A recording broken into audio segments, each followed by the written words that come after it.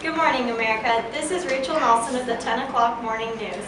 We're here today, May 14th, 1954, at Summer Elementary School in Topeka, Kansas, where students are demonstrating their view on the controversial Brown v. Board Supreme Court case, now under ruling by the Supreme Court.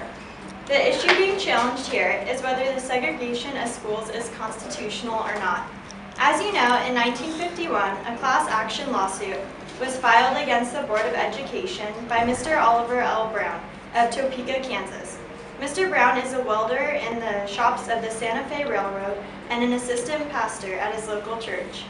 Joining him in this lawsuit are 13 Topeka parents who have filed a lawsuit on behalf of their 20 children, calling for the school district to reverse their policy of racial segregation. The lawsuit was filed after the parents tried to enroll their children in the school closer to their home, but were denied. The segregation law has been in effect in Kansas since 1879. The segregation law permits, but does not require districts to maintain separate elementary school facilities for black and white students in communities with populations over 15,000. Mr. Brown's daughter, Linda, a third grader, must walk 6 blocks to her school bus stop to ride to Monroe Elementary, her segregated black school 1 mile away, while Summer Elementary, a white school, is 7 blocks from her house. This issue challenges the separate but equal doctrine, whereby segregation is permitted as long as the separate facilities are equal. Today, as you can see, we have protesters. Segregation! Segregation's not fair! This has been a very controversial topic across the nation, but so far today, the demonstrations here have been peaceful, and we should be hearing at any moment the outcome of the Supreme Court ruling, and we'll be back with a commercial break. You're getting tired of using the cane? Are your legs giving out on you? Well, I have a solution for you. I need a Super Scooter! The Super Scooter 3000 is a scooter for you. They go real fast!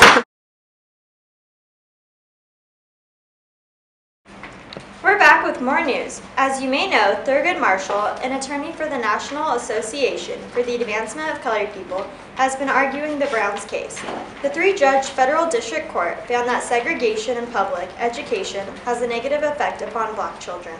But the court has denied a violation for the Brown versus Board case because they are equal with respect to buildings, transportations, etc. But the Browns have appealed, claiming that segregated schools could never become equal. The National Association for the Advancement of Colored People hired lawyers to fight for African American children. The lawyers for the Browns argued that the only reason for separate education for blacks and whites would be if there was proof that black children were different than everyone else. The Supreme Court justices have talked it over for several months and are trying to come to their final decision. The majority is Warren, joined by unanimous. We'll take a commercial break, and we hope to have a ruling for you when we return. Have trouble getting your expo marker off your whiteboard? Yeah, I have a new super clean spray.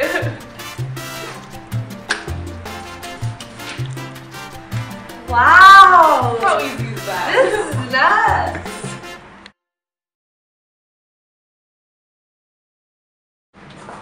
We're back and just in with very important news. U.S. Supreme Court Justice Earl Warren has delivered the unanimous ruling in the Brown versus Board case. The vote resulted in a 9-0 vote, 9 votes for Brown, and 0 votes against, stating that separate educational facilities are unequal. The school segregation has violated the equal protection and due process clauses of the 14th Amendment. All 9 justices have supported the verdict, but none wrote concurring opinions. We are happy to say that the Browns have won in the Brown versus Board case. What is your opinion on the Brown versus Board case? I don't see why colored people should have to go to a different school than white people. I think children should be interacting with all different nationalities, and it's not fair for schools to be segregated based on the color of one's skin. Do you think that in the future America can get past the racism and black and white people will be able to get along with one another? I believe that this court ruling is taking us one step closer to America becoming a stronger country by putting behind the racism to desegregate schools. I think it can only get better from here.